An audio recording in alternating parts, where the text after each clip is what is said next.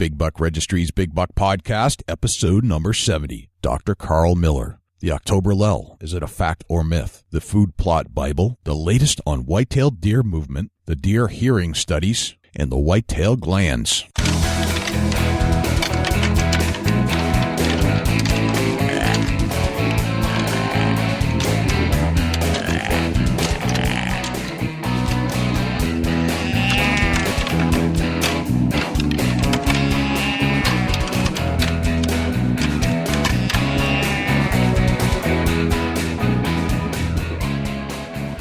Big Buck Registry is a virtual museum of hunting stories. We preserve a piece of Americana by interviewing and recording hunters about their hunts and experiences from across the country.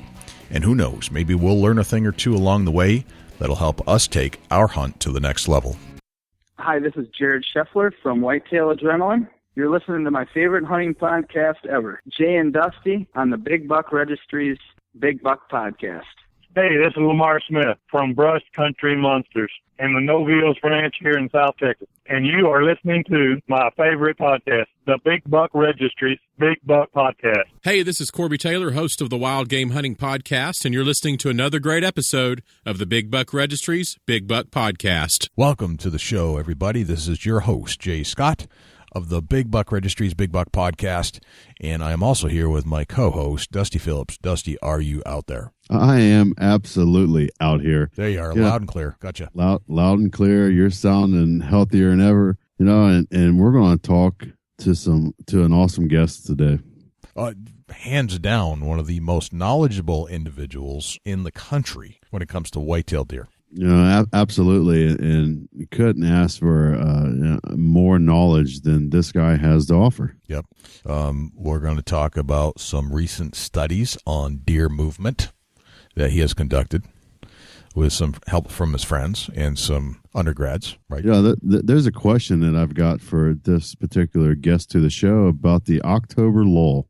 October lull. Is it a fact or is it a myth? We're going to get into that. We're going to get into that, and we're going to talk about all the glands that are on the whitetail, how they're used, which ones are the most important to the whitetail hunter, and then basically everything that this guest brings to the table, we talk about it in a scientific way, but then we bring it back to the hunter to use and apply in the field. Yeah, absolutely. You know, and it's questions that there's a lot of myth about that this is going to be facts. Yes. This is going to be studies. This is going to be a lot of money, a lot of time, and you know, the people that are doing the actual studies are working on their PhDs. I mean, it don't get no better than this. Right. The PhDs are the helpers in this case, or the PhDs to be are the helpers in a lot of these studies. And by the way, we're going to talk about some food plot stuff, which is your favorite subject, Dusty. Yeah, absolutely. You know, and I like to dig into that. But I got to stop you for a second before we get into this guest. We got to make a phone call.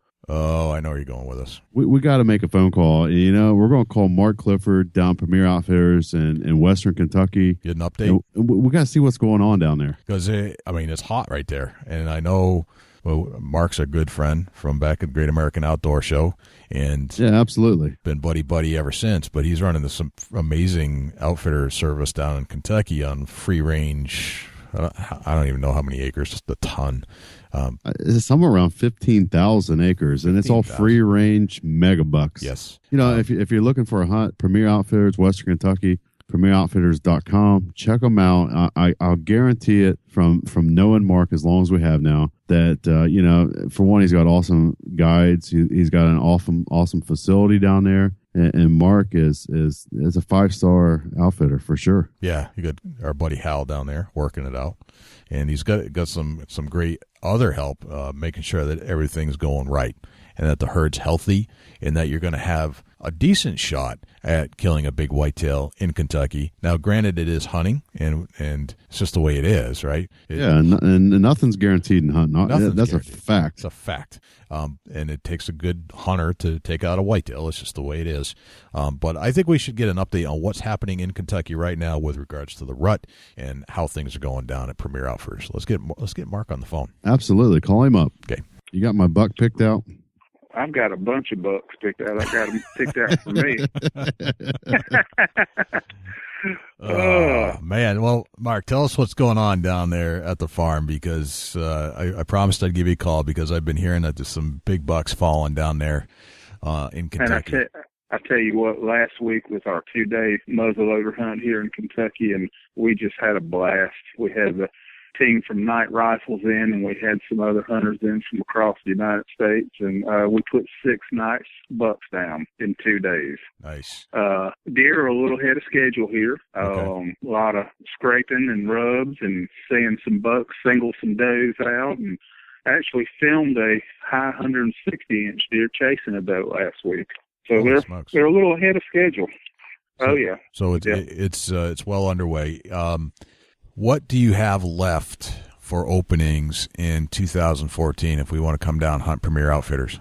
We are slam booked through the rut. What I do have is I've got if a group of people want to come in for our December muzzleloader hunt, that's the second rut, 13th of December.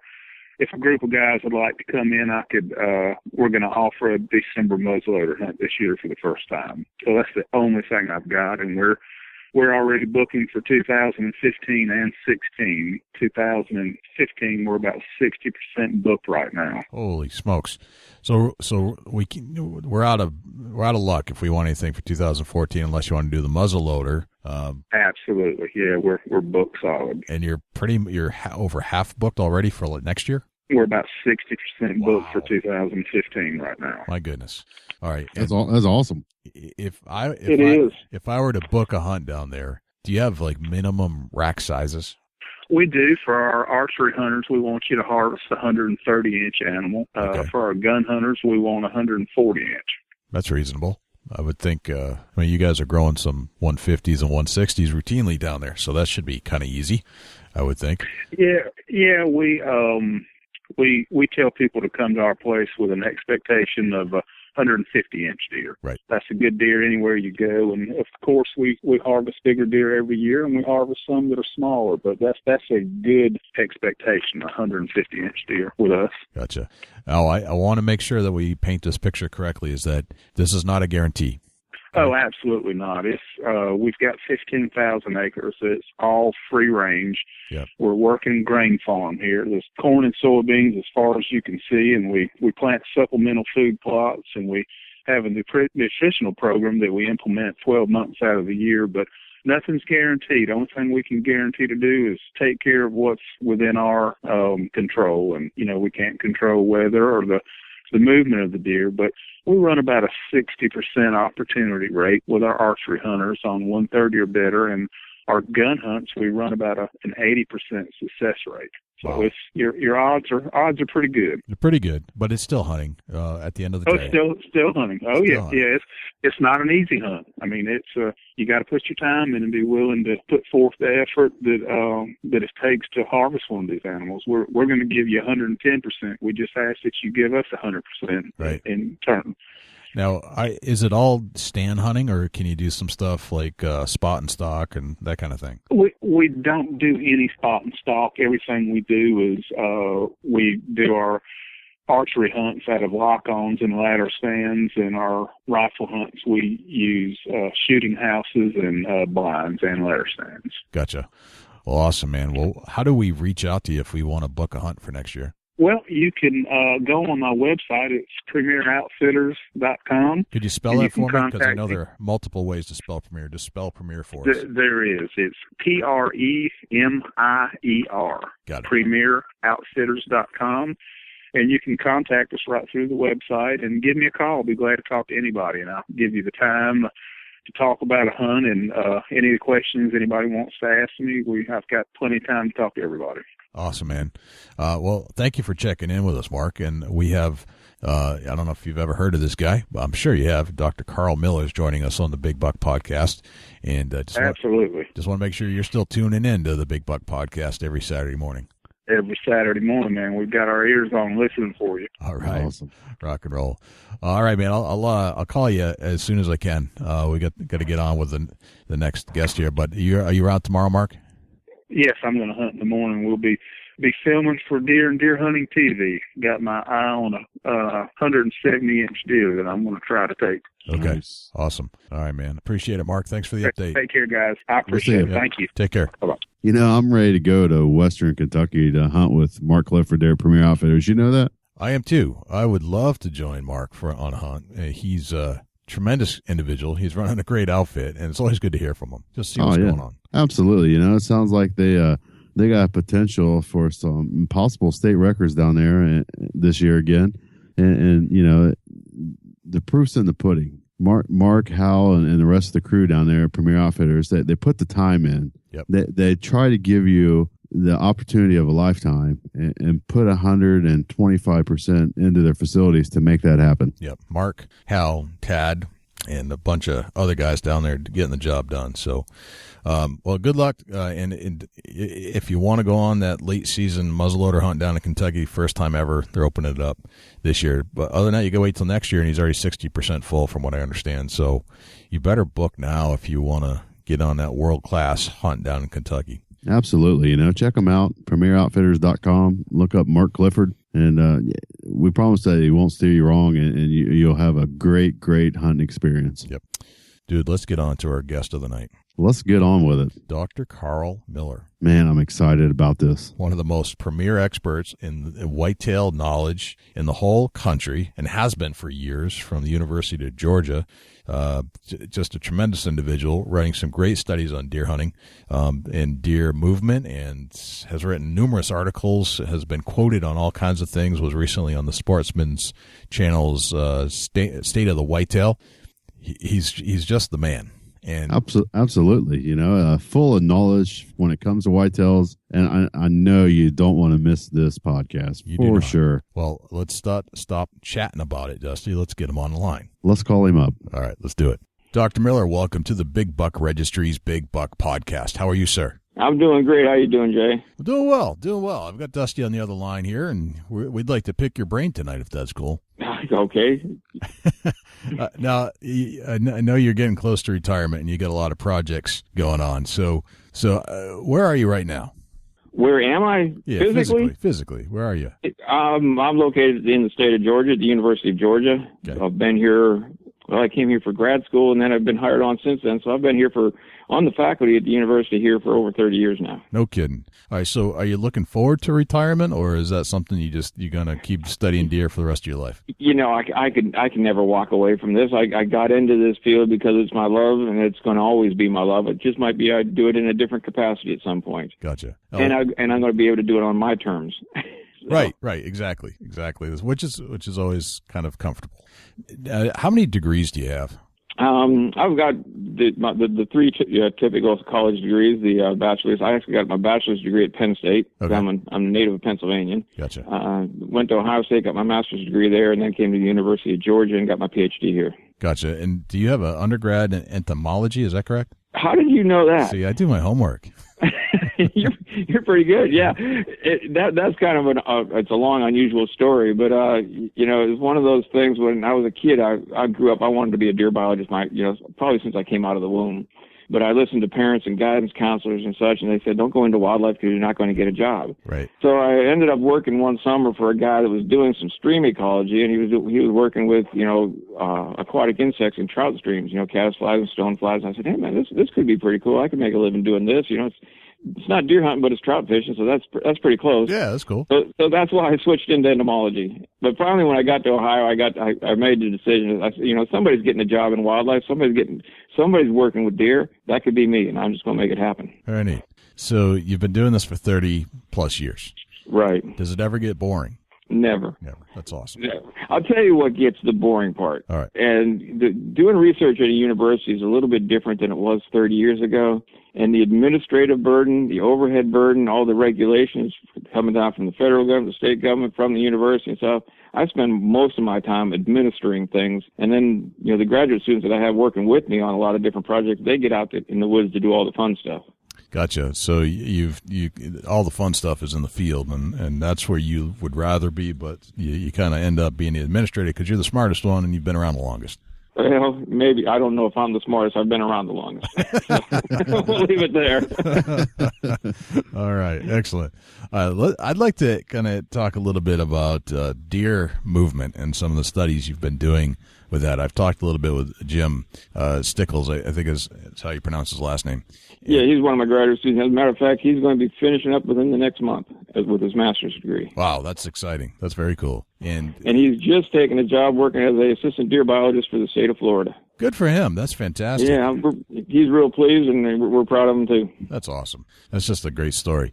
So the studies that you, and you've had Jim in the field doing some studies on deer movement in particular, what kind of things have been revealed that you were, well, I guess as a scientist, you make a hypothesis, right? And then you try to prove or disprove whether that's accurate. Yeah, and that's part of it. And sometimes it's just observation, where you don't really have an hypothesis. You just got to take a look and see what is happening, and then you try to figure out why. And that's when you raise the hypothesis, Gotcha. when you try to figure out why they're doing certain things. Gotcha. All right, so tell us about some of the whys you've discovered as part of your deer movement studies. We've had deer movement studies going on for as long as I've been working there, and the old technology we used to use, what was the VHF technology, where you always picture biologists out there with an antenna that's beeping, and they get a location. Yep. That got us an awful lot of information, and actually my predecessor here, Larry Marchand, was the first one to hang one of those radios on a deer many years ago. No kidding. And which is a whole other story, but that got us a lot of good information on deer home range size and deer movements and habitat use and such like that. But the problem with that type of technology is it was relatively coarse-grained. It wasn't very accurate of where the locations were. And you couldn't get location. You get a location once every day or 2 days or every 3 days. So you didn't get a lot of good idea of this fine-scale movement of what these deer are doing on an hourly or shorter time period. Gotcha. In the last decade or so, with the advent of GPS technology, where we can put GPS collars on it and get this real fine-scale data, it started to reveal a lot of new information and a lot of stuff that we never knew that deer even did. We've had I'd say 6 or 8 different studies where we where we use GPS technology. Most notably, some of our work is looking at buck movement, particularly mature buck movements, and we've had studies in Pennsylvania. We finished up one in Pennsylvania. We've got one going on in Louisiana right now, and one in Georgia, and we're about to start up a big study down in South Florida as well, looking at the movement ecology. The first 3 were primarily looking at the movement ecology of these mature bucks. Gotcha. Now, have you noticed any differences between the states and how the big bucks move, or are they pretty consistent data? If you look at our studies and then you combine them with the other studies that have been done, there's been a number of other universities doing studies like this as well. Auburn University has some stuff going on, North Carolina, Texas A&M Kingsville, Mississippi State. You start putting all these pieces together of these things. You start to find a lot of similarities, but you find some differences, and obviously how deer move in South Texas is going to be different than how deer move in Georgia versus Pennsylvania. Right. But there's a lot of commonalities. Deer going into the rut are going to do the same types of things as you move through the breeding season, no matter where you are in the country. Gotcha. I want to jump in here real quick, Jay. When you say a deer study, how long do you particularly stick with a GPS unit on one particular mature buck? The technology changes yearly, and what we used to be able to do, which we thought was great 5 years ago, we're doing it a lot better now. The length of time that we can put a collar on a deer is related to how frequently we want to take a signal, because it's battery life that runs it. Gotcha. But typically, if we're running getting a number of locations per day, we can run a collar for 2 years. Okay. Yeah, that's a curiosity. I wanted to know how long you stuck with a particular buck. Yeah, so most of our studies, obviously with technology, that you've got collar failure, you've got deer dying, so you're losing deer at all times as well. But typically our goal is to try to get about 2 years out of a collar and get out of a particular buck. Gotcha. So you got 2 years. How many deer are you studying at one time? Depends on the study, and that obviously depends on the funding. Right. These collars are not cheap. They're a minimum of $2,000 plus per collar per deer. Plus, you got to pay to get the deer collared. You got to go out there and do the captures. hire the technicians, hire the students to do that as well.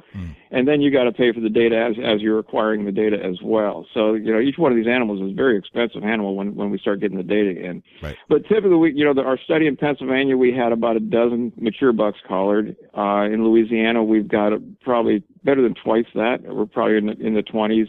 The other study we have in Georgia, we're probably in the 30s. Gotcha. So at any given time on one particular study area, we'll have 10 to 30 mature bucks collared. Okay. So what did the data reveal on the big bucks? Anything like glaring that was not known before? Yeah, there's a couple of really cool things. And I think the coolest thing, and we're trying to get our heads around right now, is it used to be when we were doing studies, you figured out what the deer did on average. What does an average 3.5-year-old buck do at this time of year? What we're finding out with the GPS technology is there is no such thing as an average deer. Every deer is different. Every deer has basically a different, we can't call it a personality, maybe we'll call it a deernality.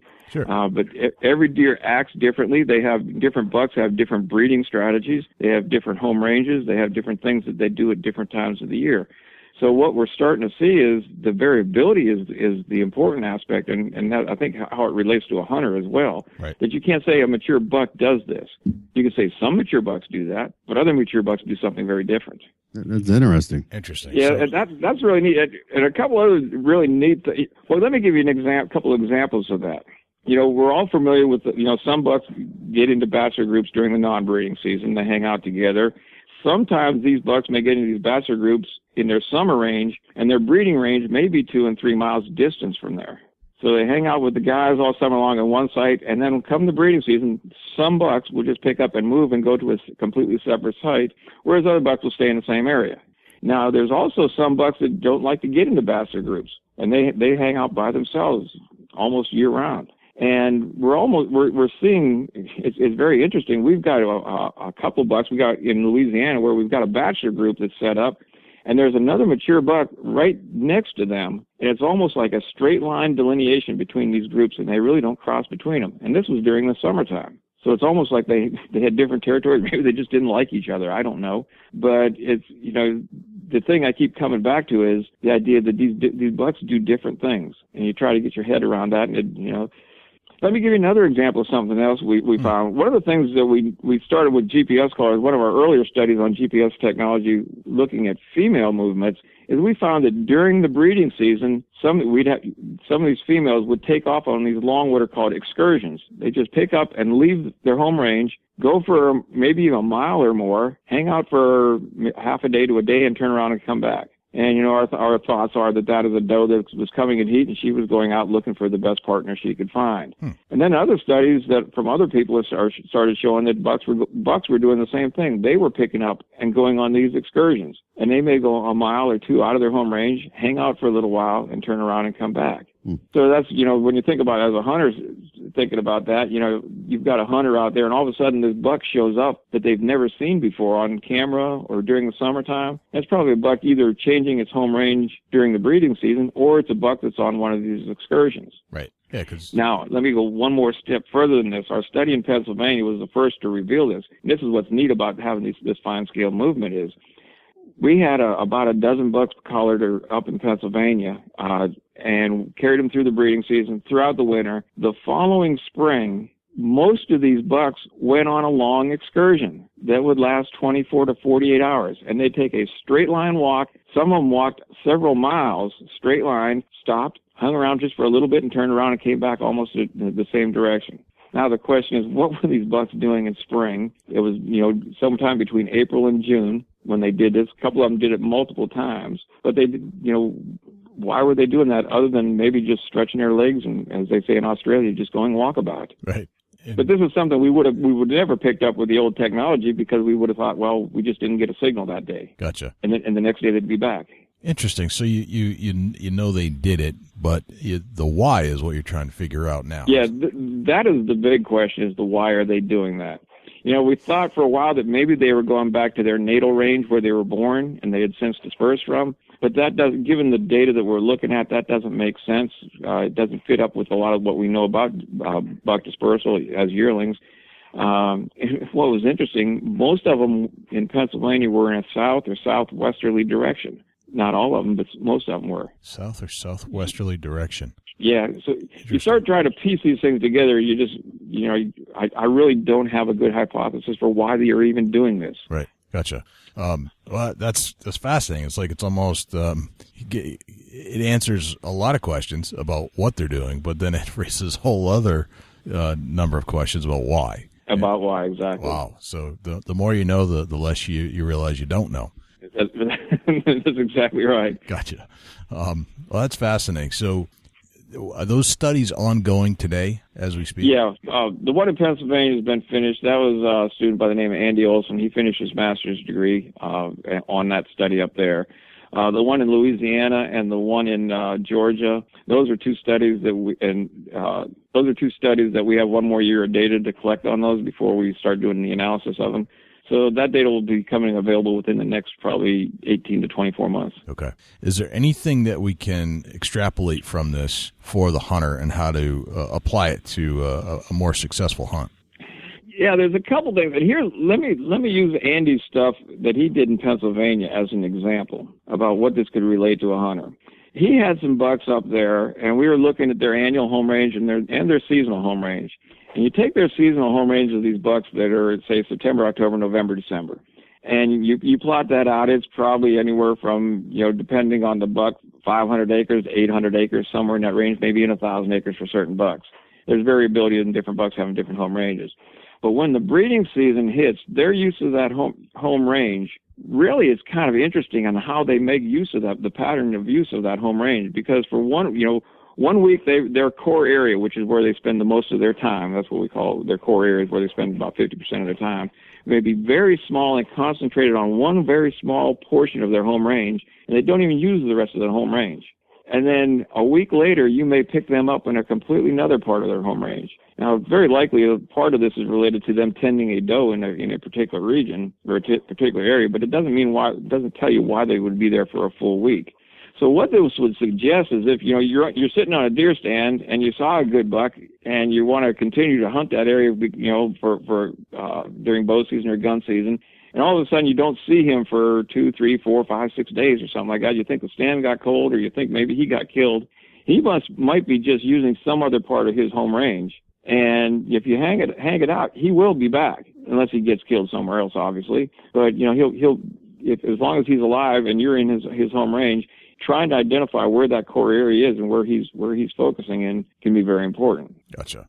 And part of that is going to be focusing in on, particularly with some of these bucks. These bucks are focusing in on some of these doe groups and where these doe groups are hanging out. And these doe groups are going to be hanging out in certain areas depending on where the food resource is, whether there's an acorn crop or a beechneck crop or something. Okay. So you can still focus on the does, you can still focus on the food crop, and if a deer disappears that you've been watching for a while, don't worry, he's probably coming back unless he gets taken down the road. Right. Gotcha. Now that's saying for some deer, but that like I said, the variability among bucks have different strategies. Right. Gotcha. And some of the stuff that they've done, some fascinating stuff in South Texas down in Kingsville. So they had a PhD student, and they had bucks that had completely different strategies. Certain bucks would be the bucks what we kind of call a dominant floater. During the rut, they just covered a lot of territory, moving from area to area. And down there where they feed deer, they have feeders that they actually were moving from feeder to feeder, trying to intercept does and check out doe groups at each one of those feeders. Whereas other bucks might just decide that they're going to camp out at a feeder and maximize their visibility at one spot. So they're actually would be the harder one to kill. Well, it'd be easier one to kill once you found out his pattern, because he'd be very consistent there. But, he doesn't move a whole lot. So unless you figured out exactly where he was, you'd never see him. Gotcha. Fascinating. So as you said, deer have their own personalities, so you can get some generalities from it, but everybody's different, just like humans are different. They're going to do different things at different times, and they might just change their mind on a whim. You're absolutely correct, and that's really what we're trying to actually put a handle on and try to quantify some of that aspect of it. Gotcha. Very cool. Well, thank you for the deer movement update, and I'd love to hear some more as the more data rolls out, and have you come back at some point and talk more about that, if that would be cool. I'd like to move on to your paper that you wrote about deer talk with their noses, specifically about the glands that the whitetail have. And we haven't really talked about glands on the show yet. So I know this is an area of a topic that you've covered before. Right. And I was wondering if you could run down some of the stuff with us. Yeah, that table you're referring to is something that I wrote actually quite a number of years ago. Right. Back in the 80s and the early part of the 90s, we were really intensely focused on understanding deer scent communication here. And most of the glands, or a good portion of the glands that are identified on a deer, we were able to identify here and actually work out some of the details of how these glands are used, if in fact they are used at all on a deer. And since then, we've gone on and moved more away from scent communication to look at the deer's visual acuity and to look at the deer's ability, their hearing ability. But getting back to the scent glands, well, basically, we know that there's 7 glands on a deer that have been identified. We don't know about some of the use of some of those glands, whether they're even important as a scent producer, but we do know that certain ones of them are very important. These glands are easy to remember and they're easy to identify. Every hunter can recognize these glands, and particularly if they recognize that there's a distinct distribution on the deer's body. There's 3 on the head, 3 on the legs, and 1 halfway between. And that 1 halfway between only occurs in boy deer, so you know where it's at. Gotcha. All right, right. Gotcha. I don't know, you guys from New Hampshire, I'm not sure about, but Dusty's from Ohio. Thanks I agree. I agree about the New Hampshire guys. Man, oh man. Yeah, I get beat up a lot. Anyways, so the 3 glands on the head that I think most people were familiar with, or at least some of them, the one in front of the deer's eye is called the preorbital gland, or it's also called the lacrimal gland. Okay. And it's one gland that we know in antelope. The antelope has that same type of gland, and they use that gland as a territorial marker, some of the African antelope species. In whitetails, we're not sure that even functions as a scent gland. There's some people that have some suggestions that they do, and that they use that at marking an overhanging branch at a scrape. But I've watched some high-speed video of these, and I've never seen them where there is actually any type of overt marking of a branch with that preorbital gland. So that one, I think we're still kind of up in the air about that one as far as a scent-producing gland.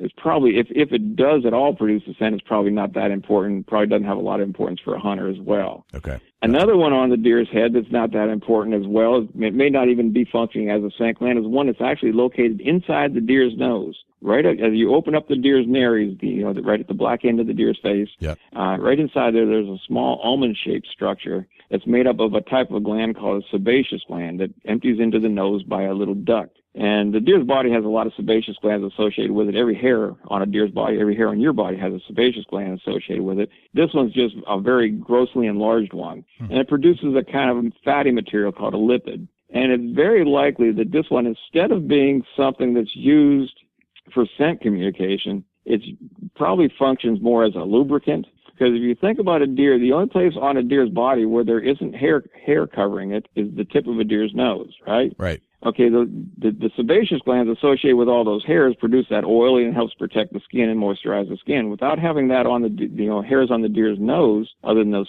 few small hairs, it would have a tendency for that to get chafed, to get chapped very easily. And maybe this is just functioning as a kind of lubricant, kind of like a chapstick. Gotcha. Okay. So we really don't, those 2 of them we really call scent glands, but we really don't think they're that important at this point. The one on the head that we know is very important is the one that's located between the antlers and the eyes or between the ears and the eyes on a doe, and it's called the forehead gland. And it's not actually a gland itself, but it's actually an area of enhanced glandular activity in the skin. And that glandular activity increases during the breeding season, both in bucks and does, but it increases most in mature bucks during the breeding season because it is under the influence of testosterone. And that's the gland that they're using when they're marking a rub, when they're leaving the scent on a rub tree, and very likely the gland that they're using when they're marking an overhanging branch at a scrape. Gotcha. Okay. Okay, so you got the 3 on the head. Got the 3 head ones. Got it. Okay, let's move to the legs. All right.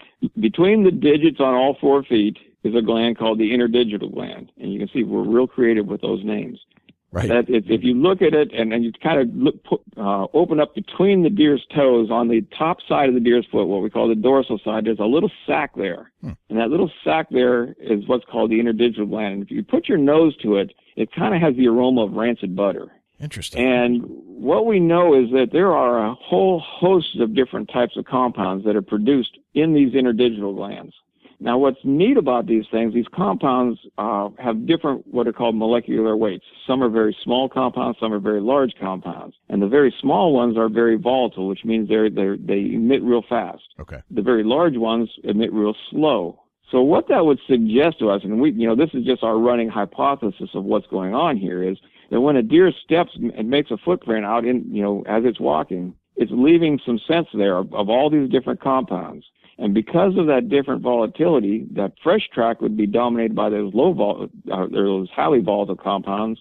But by necessity, over time, those would kind of wear out, and the scent of the track would then have to change through time. Right. And that might be how a deer tells the direction of a track, how a predator tells the direction of a track, and how old the track was. Okay, gotcha. Now, let me add something to that, because I had a student a number of years ago, one of my PhD graduate students, John Gassett, who did some more sophisticated analysis of the interdigital gland secretions, and we found that mature bucks, there were, and I cannot remember the exact number of compounds, but there was about a dozen or more compounds that were in higher concentration in the interdigital gland of mature dominant bucks than subordinate bucks. Oh, wow. Okay. That should get you thinking. Yeah, definitely. Because what does a buck do when he makes a scrape? He works the overhanging branch, and then he paws a shallow depression, removes the leaf litter. Right. And he's not doing that just because he doesn't want leaves in his scrapes. He's leaving this scent there from his interdigital gland, and very likely it's a gland. It might be having some indication of what his relative dominant status might be. Uh-huh. That's kind of cool stuff, right? That is very cool. Okay. That is really cool. Fascinating. Okay,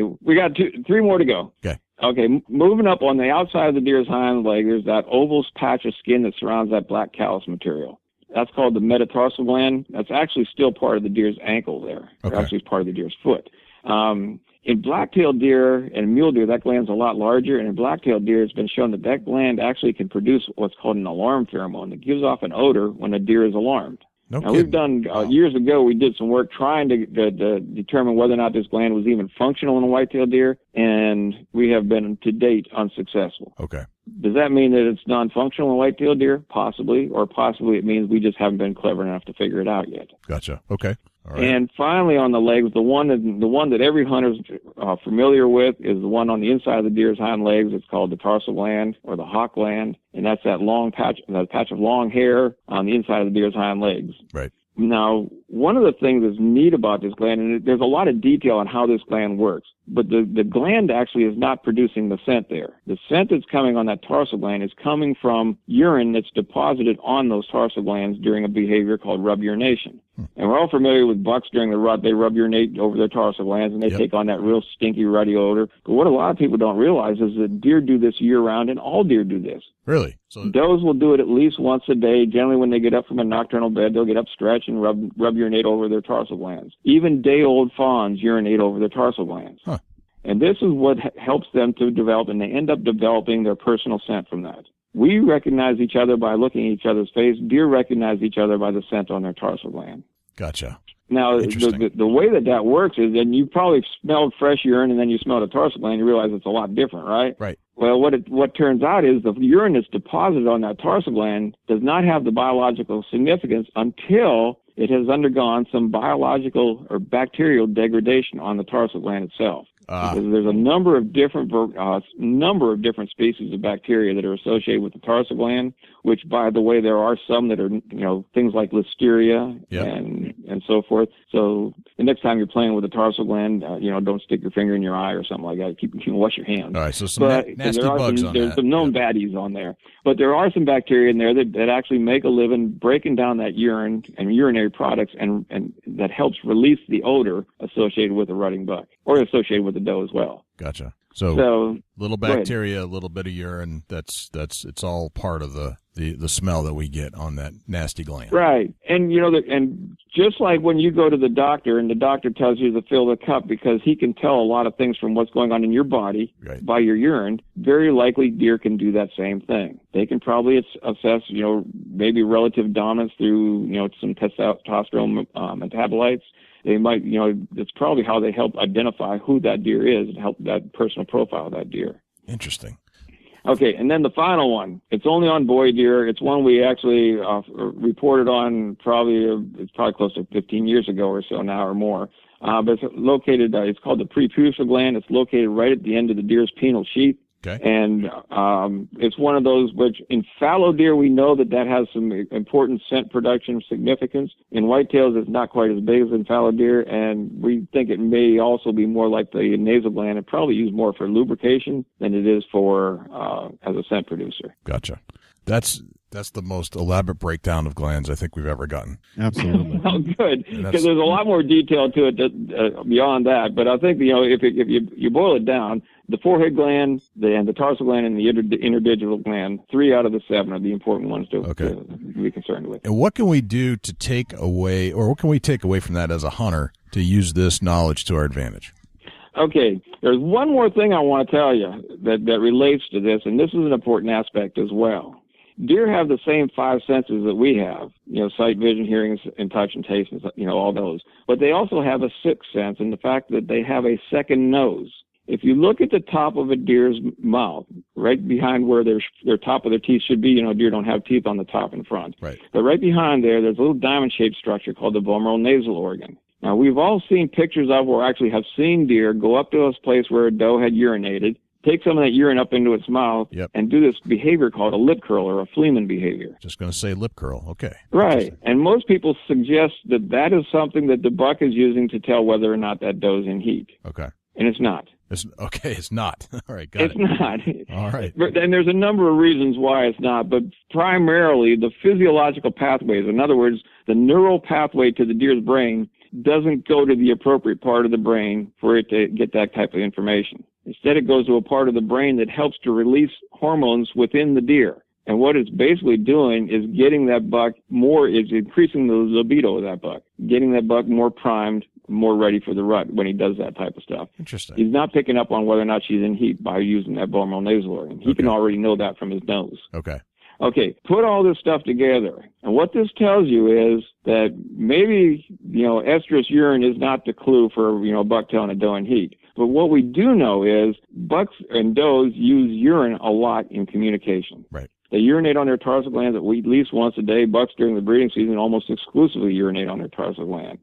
They assess urine by use of a specialized organ in the roof of their mouth. So urine can be attractive to deer. Maybe not why some of these manufacturers might tell you why, because it's a doe and heat urine, but, urine, particularly not, a decent urine product can be an effective technique. Okay. All right. So the right urines could actually put you in a better spot or better position to attract a big buck. It could do that, or it could make them feel maybe more comfortable because they feel like there's another deer there, or, even with bucks, because they might assess dominance or something like that, it could work as a challenge scent among bucks. Okay, gotcha. Get them to frequent a scrape more often or frequent an area where he thinks there might be a rival. Gotcha. Well, we've had some success with that, or Dusty has in Ohio, using the dominant buck tarsal gland scent, right, Dusty? Absolutely, and that's a great spot to ask the question. The deer urine comes out of New Hampshire. I get it shipped to Ohio, and it seems a curiosity of the bucks here in Ohio of this particular urine is greatly more than a actual urine from here in Ohio. Would that be something that the deer would pick up, that it's total different urine from different area, or not? Boy, that seems like it would be a very unusual that they would, particularly related to anything as far as reproduction would be concerned. However, one thing we do know is that urine reflects what an animal's been eating as well. And what they may have been eating in New Hampshire may be different than what they're eating in Ohio. Even your urine does the same thing. It reflects what you've been eating, the odor of it. So that odor profile can be, and maybe the curiosity might be more related to diet than anything else. I don't know. That's just an idea. I don't know for sure. Well, that's a fascinating hypothesis there. Okay. Well, all right. We've got a new study for you, right. Dr. Miller. You can tell you're talking to a scientist. Exactly. Yep. Right. All right. Dusty, do you have a topic you want to cover here? I've got a bunch, but anything on your plate? Yeah, I do, and one thing in particular that comes to mind, that the deer color. What do the deer actually see color wise? That's interesting that you ask about that, because we just recently finished up a really, really neat study on that. But I'm going to make it a little more detailed than that for you. You think my story about the glands was detailed? We'll get another one here. All right. Well, let's do it. I'm into the detail. I like this stuff. Absolutely. It's something that we're all going to learn. Okay. we've been working a lot on deer vision over the last about decade or more, and we're finding that not only is deer color vision a little bit different than ours, but there's so many other aspects of deer vision that they live in a completely different visual world than we do. They view their environment through their eyes so much differently. But getting specifically to the color aspect of it, about 20 years ago, might even be a little bit more than that now, we did a study where we got together with a group out of the University of California at Santa Barbara, and these guys were at the cutting edge of understanding vision physiology and vision anatomy. And we brought them to the University of Georgia where we had the deer and stuff, and we set up a study where what we actually did is went into the deer's eyes and to see if they had the physiological mechanisms that would allow them to see in color. Now, let me take you back to high school. You know that our color vision, or our vision, is based on two structures, our rods and our cones that are in our retina, right? Oh, yeah, I remember that. The rods are what we see in black and white in dim light conditions. The cones are what we actually use to see in color. Well, how those cones work is they have what are called photopigments on them. We as humans have photopigments. We have three different photopigments. One that peaks at red, one that peaks at red, green, and blue. And all the colors that we see are some combination of those three colors, right? Right. So for a deer to see, for any animal to see in color, it has to have at least two different photopigments on its cones. We have three, so we see what is called trichromatically. Okay. Well, when we went into the deer's eyes and with this the technology that they brought with us, we were able to determine that deer didn't have three photopigments on their cones; they had two, which basically means that they probably see what is called dichromatically. Okay. Their one cone was almost identical to our blue cone, and their other cone was halfway between our red and our green. Now, that raises some inferences from that, which would suggest that deer see blues very well, but it means that they don't see as far into the red part of the spectrum as we do. So something that's real dark red to them would look probably black. But it also means that they don't see blaze orange as well as we do. Right. Okay. So the implication for this, this is based on, our understanding of the physiology of it. And the implications for that is for the hunter who goes to the woods wearing blue jeans, which humans can't see very well, but deer can see, and not wearing his blaze orange, which humans can see and deer can't see, the guy's an idiot, right? Right. Okay. That's, okay. Those were the words I was thinking. Yeah. Yep. That's a good way to put it. That's a good way to put it. Okay, because it's absolutely just the wrong thing to do because you're much more visible to a human, but you're much less visible to a deer wearing blaze orange. Right. Okay, now the thing about that study was that looked at the physiology of it. There are other things that can affect the actual body's ability or the deer's ability to actually see those colors. There are pigments in the lens. There are difference in the neural connections and how they're adapted. So what we needed to do next was to get some idea where the deer could tell us what they're seeing.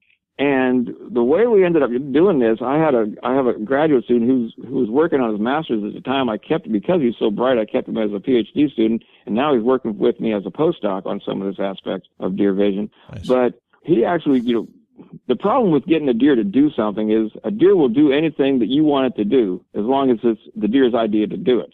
If you follow my drift. Right.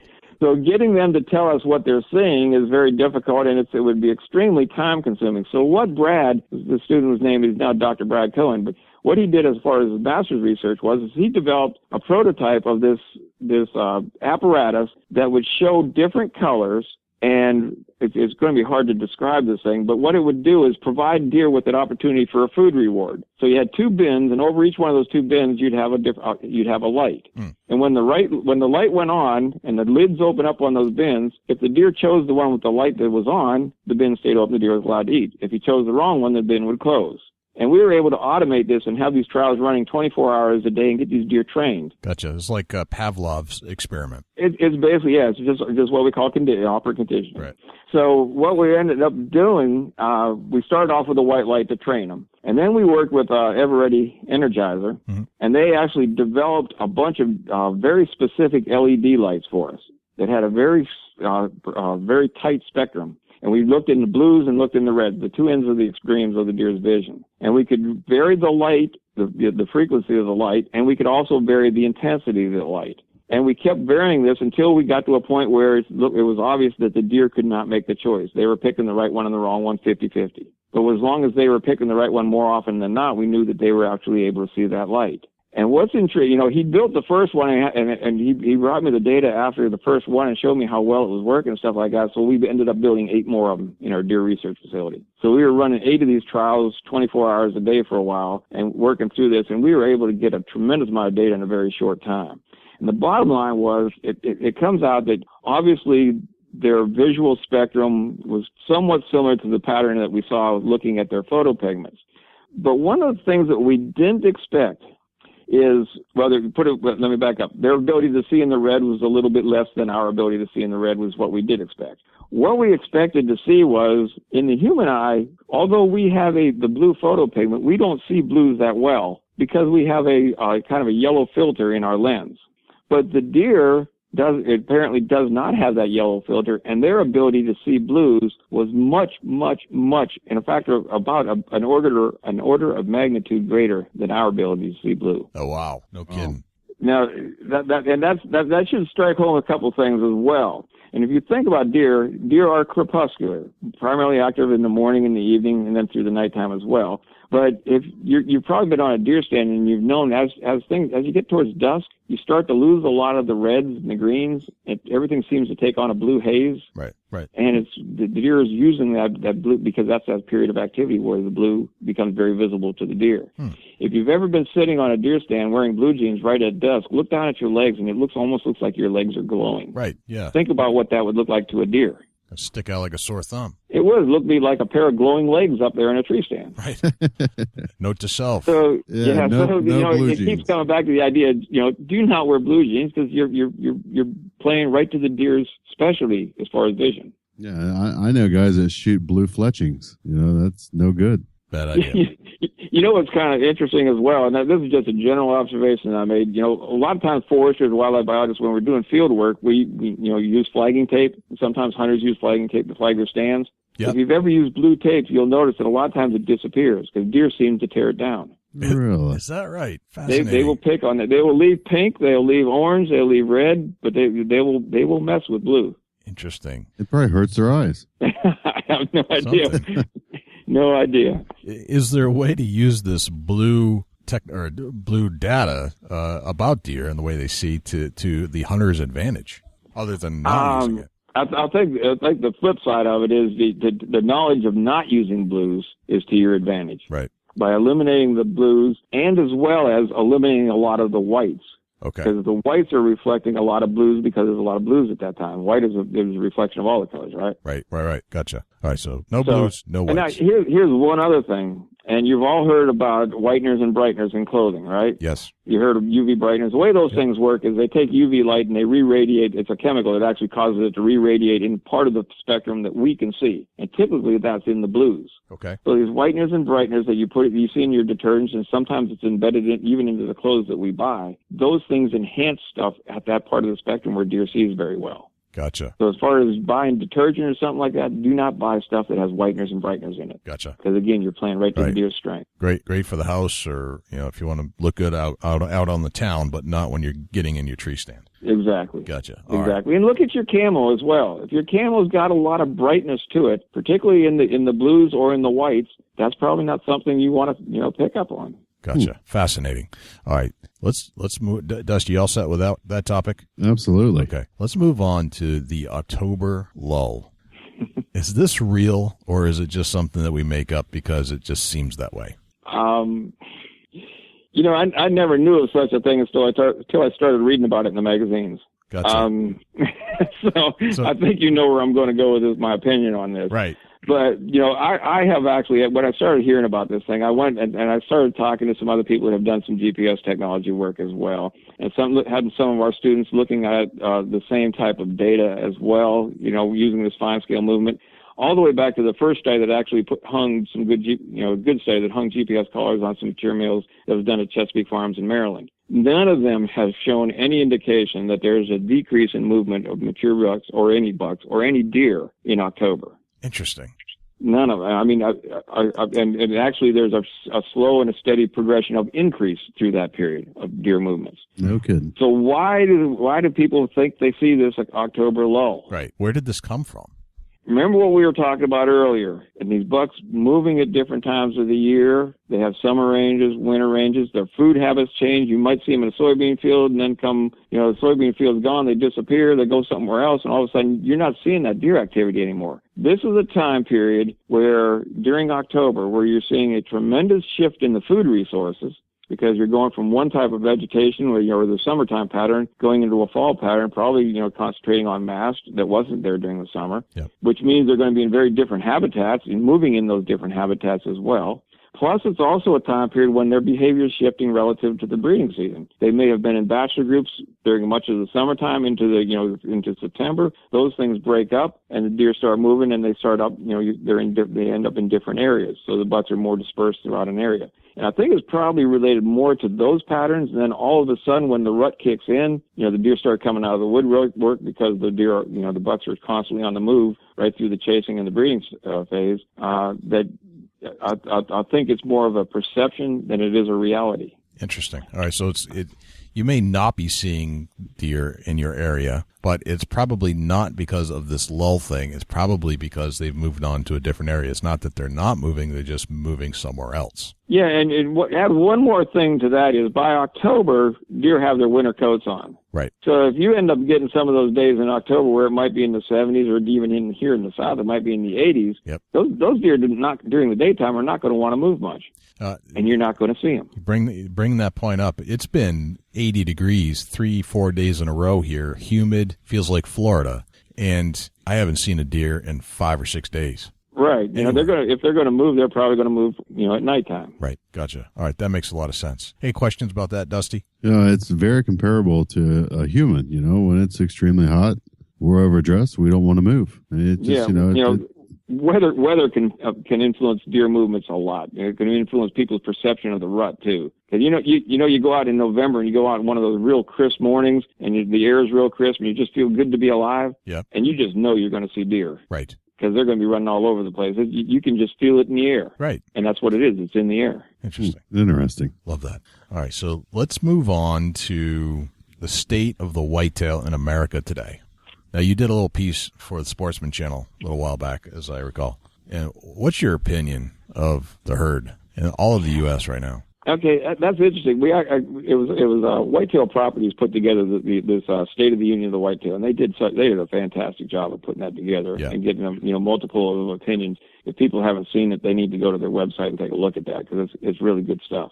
And there's some varied opinions on there as well. But it's interesting. I gave a lecture today to a group of non-wildlife students. They were taking a course in natural resource management, and I was guest lecturing on deer. And really, I pointed out that we got three major issues with deer, and it's different issues in different parts of the country. We have issues of deer overpopulation, which are not near what they were 10, 20, 30 years ago. Most states have gotten their deer herds under control where everything is, through the use of hunting, deer populations have been brought down in a lot of states, and we have them in balance with their habitat most everywhere. But there are some areas where, state parks and national parks and state battlefields, national battlefields and stuff like that, where deer populations are completely out of control because we can't use hunting in there. And that deer overpopulation is having a very profound influence on the habitat and on the deer themselves. But that's kind of a minority of areas now. We also have an issue going on in some areas now of deer underpopulation. Okay. And that's related to a couple things. We've had a couple of outbreaks of hemorrhagic disease, particularly out in the Midwest. Right. And that had a very dramatic impact on it. Those are actually related to 2 drought years, very severe drought years. And hemorrhagic disease does show some patterns of being related to, very severe drought. Those are also some of our most productive deer habitats. Iowa and Wisconsin, absolutely, all through the upper Midwest out there, right. The great, the Corn Belt. I'm not concerned about those deer herds. They're going to recover very fast. The biggest issue with those deer herds is keeping them in control. So the deer herds got knocked back. They will bounce back really quickly. Okay. The other part is throughout most of the eastern United States, we're dealing with an issue that we didn't deal with 10 years ago, and that's the predation context. And there's been a number of studies that have been done. We've done quite a number of studies here as well, and looking at the influence of not only the coyote, but where they do occur, the black bear as well, and in some cases bobcats. All three of them are at levels that we have never seen before. Well, at least in recent history. Interesting. Black bear populations are very dense. Bobcat populations have recovered dramatically, and the coyote is a new kid on the block. And what we're seeing is that their primary influence on deer population is by reducing recruitment. They take away fawns that don't have a chance to enter into the population. So basically your reproduction, the part of your reproductive engine is disappearing. So when the recruitment rate goes down, if we keep the same mortality rate by hunting as we were before then, the populations are going to have to decline. It just works out the numbers, right? Right. It's a very simple equation. And that's what we're seeing in a number of states where the population has started to decline in a number of states. And very likely that is related to this predation context. South Carolina, their deer population is down by 30% over the last decade. Wow. And, is that all related to the coyote and predation? I don't know. I doubt it. But I'm firmly convinced that the coyote is a major player. Right. Because if each coyote takes 1 or 2 fawns, that can have a very significant impact, particularly if the deer population gets fairly low and doesn't have the ability to respond. So, that's an issue that we're starting to come to grips with. We're trying to understand how we manage that, how we deal with, effectively change the predation rate, or maybe we need to back off on the harvest rate, particularly of does, because they are the reproductive engine that's going to provide the next generation. So we went from 10 to 15 years ago saying you can't shoot enough does to saying right now, hey, let's back off here. Maybe we need to be a little more conservative with our doe harvest. Right. Which are the states of concern for you? I'll tell you what, I don't know that I want to even address that. Okay. Because the state biologists in those states would know a lot more and Gotcha. have more detailed information than I would. All right, fair enough. One of the things we know about coyote predation is the predation rate of coyotes on fawns tends to be higher in the southern states than in the northern states. Gotcha. Okay. So I'm a little bit more concerned maybe about what's going on here in the south than in the north. Yep. But at the same time, we know that the coyote up in the northern states is a bigger animal than he is here in the south, and that coyote up north also has the potential to take some adult deer. So does it balance out? Potentially. But I think the bottom line is here, and one of the things we're finding down here as well is this coyote predation context can vary from year to year, and it can vary from region to region, and it can vary over a very short distance in the landscape. We've done some studies where we've done coyote removals and looked at the change in the recruitment rate, and in one study area we might have found a 50% increase in recruitment rates in response to removing coyotes. In another area 5 miles away we found no response. Huh. So what we're right now trying to do is trying to understand the coyote's behavior and the coyote's use of the landscape. Right. And we've got a large study just starting up this year. It's going to be in Alabama, Georgia, and South Carolina are all contributing to this study. And we're going to have GPS collars out on a couple hundred coyotes throughout those 3 states, trying to get an idea of how their spatial use of these coyotes is on the landscape. And is there something we can find out from that that'll help us manipulate the coyotes? Right. Well, that would be a fascinating study, and it's going to be a big one. That's just starting now? There's a tremendous amount of data. Gotcha. That's just starting now? Yeah, we'll be actually collaring deer starting in January. I'm collaring coyotes starting in January. Wow. Okay. I need to stay tuned for that one. Yeah, it's going to be a 3-year study. Really neat. Excellent. Well, thank you for that information. Now, the last thing I'd like to cover tonight, if we could, is... Oh, hey, wait. Can we back up a second? Absolutely. I said there was 3 things. Those are only 2. Okay.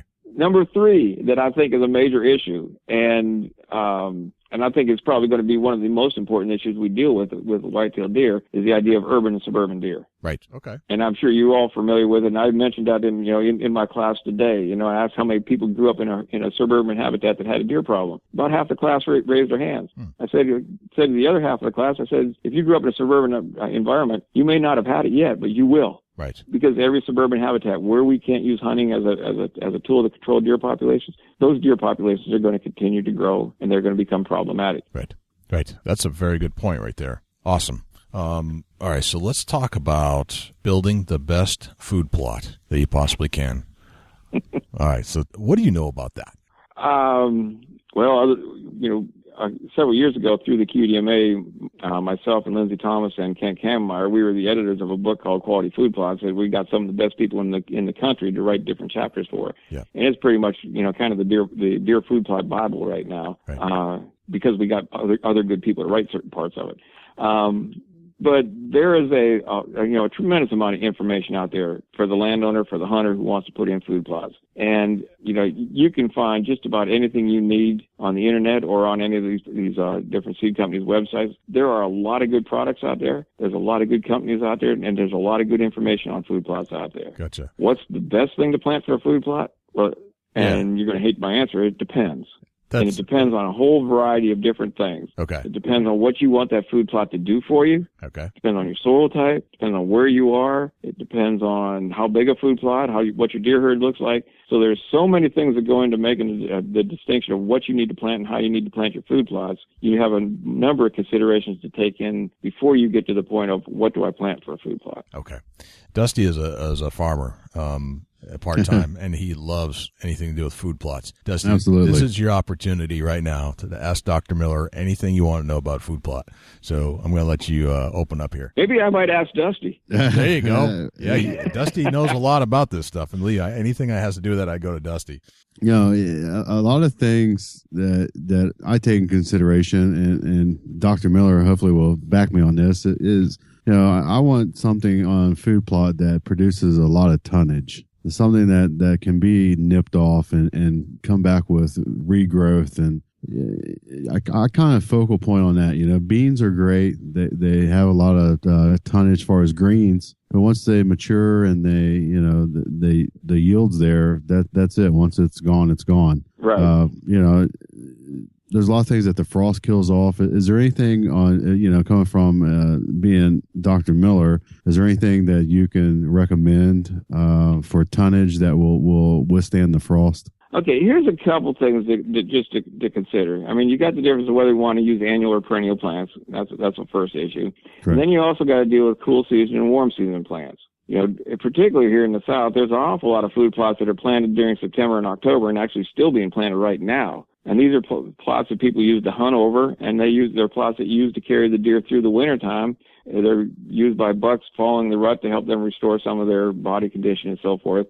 But really, that's not the kind of that's the food plot that's going to help carry them through the winter, but it's not a food plot that's actually going to grow deer and grow big deer. If you want to grow deer and actually want to improve the nutrition to your deer herd, you got to concentrate on summertime, spring and summer food plots, right? Mm-hmm. Because spring and summertime are the only times when deer are actually growing. And it's also the time when bucks are putting on weight. It's also the time does are going through the final stages of gestation and their first part of lactation. It's also the time of year when fawns are being weaned. So maximizing nutrition during the growing season can be key to producing a very high-quality animal. Now, if you've got a lot of agriculture in your area that's growing soybeans and stuff like that, well, you don't have to worry about it. But not every area does. Right. Now, you can go back to back. And what a lot of people do here in the South is they go from a wintertime crop, an annual crop, and then come back in the spring and plant a summertime crop like soybeans or cowpeas or something like that. And you're exactly right. They produce a tremendous amount of forage for the time period while they're growing. But you also have a downtime between the time that they've matured off and you get back in and replant and stuff starts to grow again. And that downtime is you don't want, you know, basically the table's clean from the deer unless you've got, you know, different stages of crops in different areas. So that's one of the reasons why I like to have a perennial out there. And think something like, and I really have a hard time having, you know, if you know how to manage it right, it's hard to beat white clover as a food plot. Whether it's, you know, Durana clover or imperial, you know, there's hundreds of different varieties of white clover. But this is a food plot planting that can grow as much as a ton per acre per month or more of forage, dry weight, and do it over a 6 to 8 month, 9 month period. And even when it goes during the dormant season, that stuff is still green and still available if the deer haven't eaten it. So you almost get 365 days of availability, and you get 8 to 9 months, particularly here in the South, of production. That's hard to beat. Yeah, absolutely. You know, and when you say production, that means that the green is there, and it's actually a great nutritional source for them. Right, and you know, the clover is running a very high digestibility, very high protein content. It's a very high quality food. The problem is sometimes clover takes a little bit of, you got to play with it a little bit. It's hard to get established because it is so small seeded, so you got to do it just right to get the clover established. And just because it's a perennial doesn't mean you can leave it alone. It's going to develop a weed problem, particularly problems with grasses, because it is a nitrogen producer, and grasses will respond to that. You're going to get insect problems. You might get disease problems. But if you learn how to deal with those types of things, I had one food plot that was in white clover that lasted 13 years before I had to renovate it. Wow, that's impressive. That was it was really impressive. But I had to use some herbicide treatments, and you have to fertilize it, you have to bush hog it, you have to maintain it. Right. You can't walk away from it. Wow. Another thing that I see a lot that the hunter puts out a great summer foliage, and then they go into a fall foliage, but there's a gap in between the summer and the fall maturity of the foliage. that's an important time of the growth. The last 5 weeks of the antler growth that's often missed there. How important is that there's a food source that puts on the tonnage and the mass and has the proper nutrition to grow the antlers and the protein? How important is that to have that summer to fall change? Boy, I'll tell you what, you're almost taking some of the lecture notes out of my class. Dr. Dusty Phillips. Wow. Yeah, that's pretty impressive. It's something that I thrive on. I live and breathe whitetail, so it definitely catches my attention that where the fails and the fails are absolutely maps to success, and if you fail, you succeed in the future. But right. there's a lot of things that are overlooked when it comes to growing, great antlered whitetails. Right. Now, here, think about what is related to what you just said. It's not equal nutritionally being a whitetail deer throughout the year. And there are 2 times when it's nutritionally stressful, mostly nutritionally stressful for the whitetail deer. Obviously, one time is the winter time, where there's limitations in the quantity of food that might be available, right? Mm-hmm. The other time is during late summer, when it's not necessary that the quantity of the food is lowered, but the quality of the food is lowered. The plants are maturing, their lignin content's going up, their digestibility is going down, their protein content going down as they go through this maturation process. That is much more profound down here in the South than it is up in the Midwest or the New England states. And down here, it can be a very stressful, nutritionally stressful time for deer. Now, couple that with, like Dusty just said, that's the end of the antler growth period, and that's the period when the bucks are maximizing, putting on a lot of weight.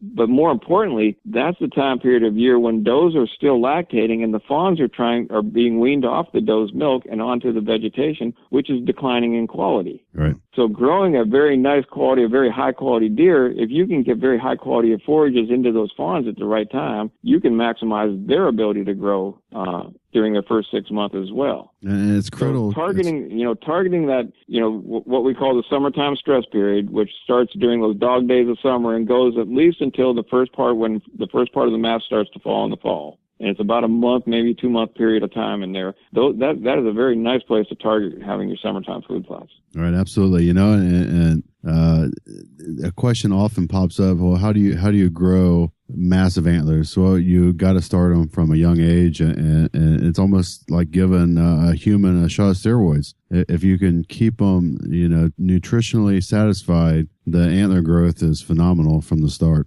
Right. One thing people have to realize is antlers are a buck's luxury.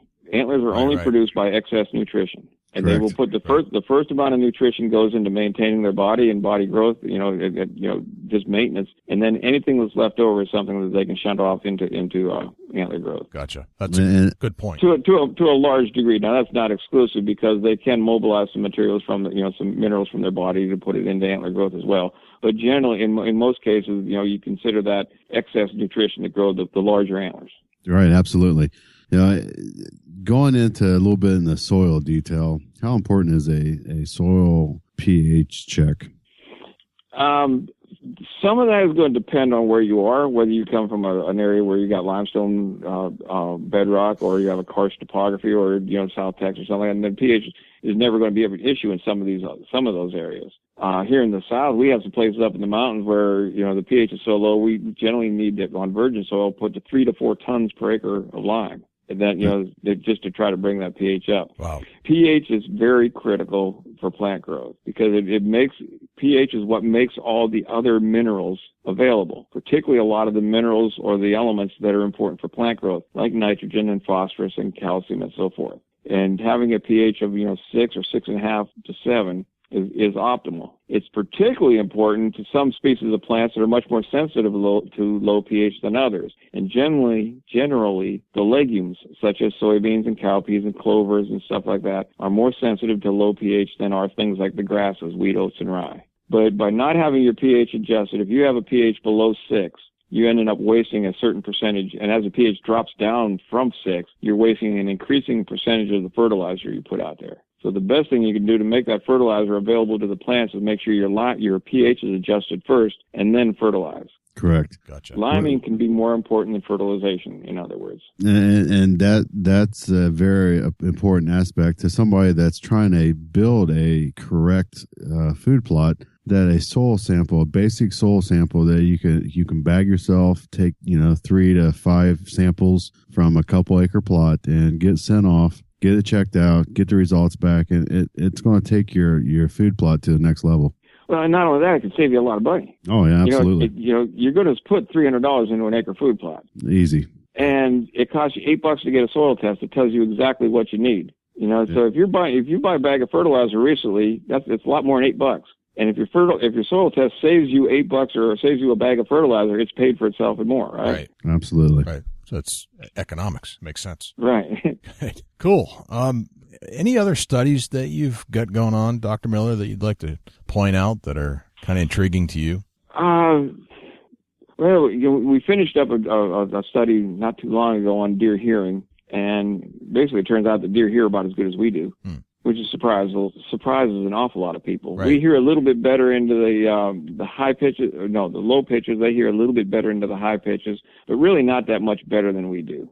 No kidding. See, I would have guessed that they could hear better. Basically. You would actually think so. Not because every hunter sat on a deer stand and you're sitting there and there's a deer sitting out in front of you and you're up there watching the deer and all of a sudden the deer picks up its head and because it heard something and looks in a different direction and you didn't hear it. Right. The question is, why didn't you hear it? Well, the difference is deer lives in the woods 7 days a week, 24 hours a day, 365 days a year. You don't. Right. Deer knows what it's supposed to hear and knows what it's not supposed to hear. Right. You've seen deer out there feeding on acorns, and a squirrel goes running through the woods and stuff like that. Deer doesn't even pick its head up. Right. But you do, because you're not sure what it was until you see it, right? Right. So, and the way I kind of equate this is, and my wife hates it when I give her this as an example, but when you're driving your truck, yeah, and all of a sudden you hear something that's not quite right. Yes. There's something that you know what your truck's supposed to sound like, and if it doesn't sound like that, there's something wrong with it. Exactly. My wife can't do that, so every once in a while I have to drive her truck so I can listen to it. Right. Because she'd be oblivious to it. But so what you're supposed to hear, and you know what you're not supposed to hear. Same thing as a noise in your house at night. You know what you're supposed to hear, and you know what you're not supposed to hear. Right. That's the deer's world. They know what they're supposed to hear, and they know what they're not supposed to hear. Yeah, it's like why you don't sleep well when you travel to a new hotel room and you hear these sounds that are just foreign to you, just a little out of sync, and you stay up all and night. that's what makes the perception that deer can hear so much better. Gotcha. Now, that's with a caveat, because deer have these large external ears. And when they have those large external ears cupped in a specific direction, that does enhance. It's like putting one of those, when you cup your hand to your ear, yep, it helps funnel those sound waves into the ear. So it actually helps the deer when they cup that ear towards the sound to enhance the sound that they're getting from that direction. And it helps the deer to localize the direction and the source of that sound. Gotcha. But it also comes with a negative, because when a deer's got its ear pointed in one direction, it's got its ear pointed away from the other direction. So it won't hear from the other direction quite as well. So that's why deer keep, constantly swiveling their ears in different directions to pick up in different locations. Right. That makes sense. Well, Dr. Miller, this has gone by extremely fast. We've gone over an hour, and it feels like 5 minutes. Absolutely. And we could talk, like as you said, until 7 o'clock in the morning if we really wanted to. However, I think your wife probably would like you to get on with the things you had to do in the house. It's my guess. You get to the honey-do list, right? Exactly. Yeah. So I don't want to take away from your marriage, so I'm going to let you get back to that. But thank you so much for joining us tonight and just giving us some deep insight into the whitetail and stuff we just don't hear every day. And it's I thank you from our community for. Oh, guys, I enjoy doing this. That's why I got into this field, is because it's a passion of mine, it's a love of mine. This critter out there that God created, and anything that I can do to help other people enjoy it as much as I do, I'd be glad to do it. Excellent. Awesome. We're going to definitely have you back on for a repeat guest to the Big Buck Registry, Big Buck Podcast. It might cost you more next time. Okay. Wow, man. Just wow. Can I sit here, take 30 seconds, let me just soak all this in? My head hurts.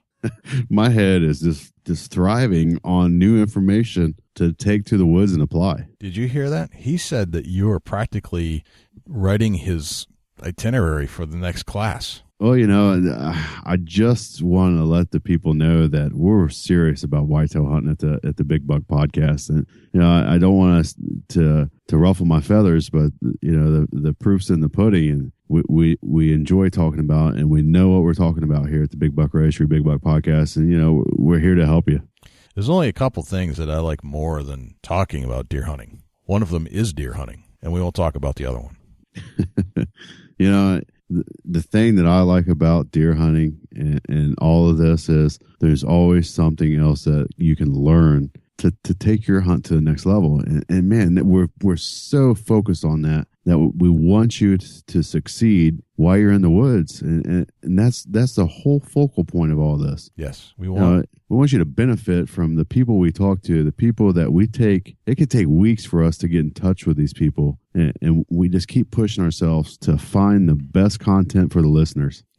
You know, if you have this tool, and if I had this tool when I was a young man, and when I was a child, when my dad was teaching me to hunt, and I love my father. I have to admit, though, he's not the most polished hunter in the world.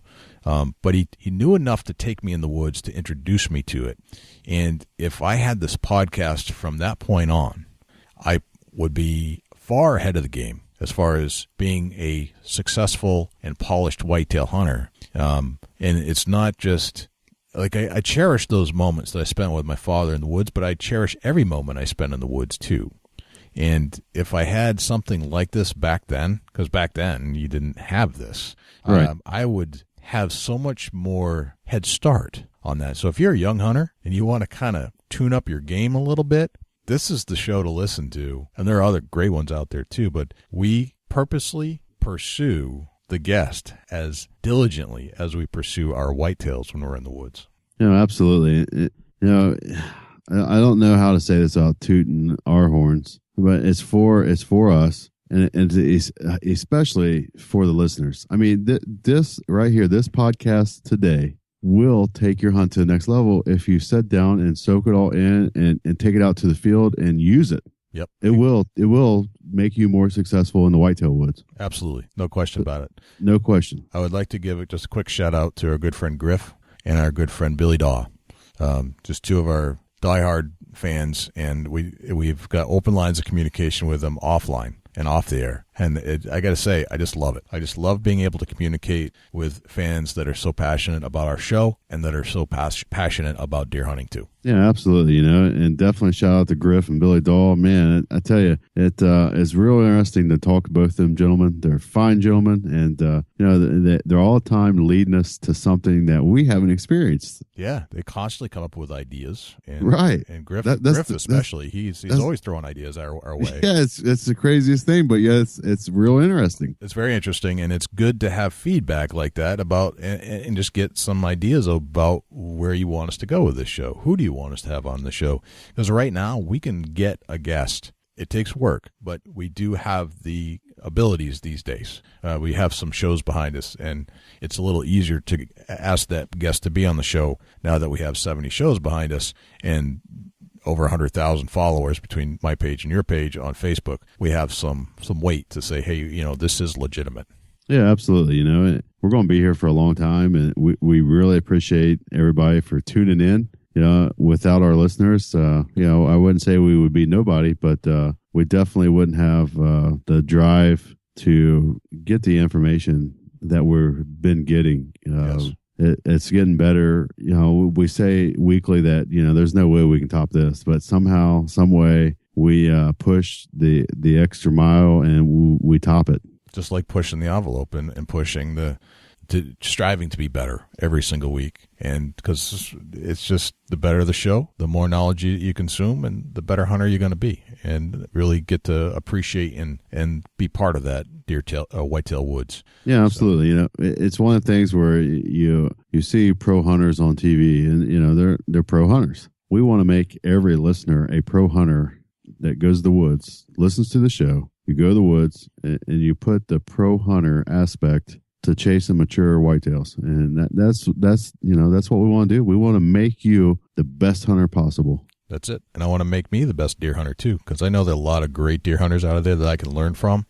And if I can find this medium, this format to share those stories, like being a fly on the wall, listening to the conversations that we're having with some of the most amazing whitetail individuals that are in the country, this is what I'm doing. This is what we're doing. This is what we're trying to bring through this medium of podcasting. So thank you for tuning in. I can't appreciate it enough, and appreciate you enough and just keep going back, because we're going to keep putting it out.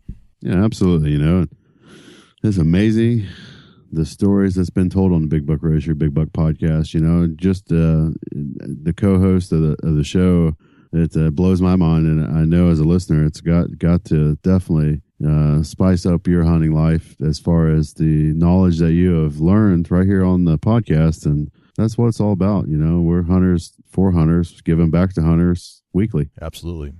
Dusty, how can we find you if we want to reach out to you? No, I don't think mine's quite going to be as long as yours. Blah, blah. Yeah.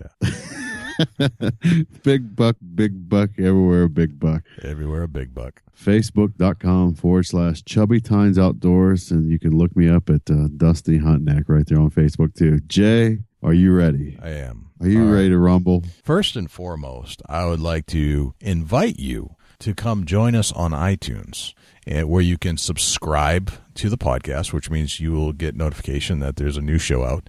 You will get, you can give us a review. So if you could go subscribe for free, review our show just jump on your iTunes device or your iDevice, and you can go there and give us a review, a 5-star, hopefully. But if you don't feel like we're worthy of it, we'll understand.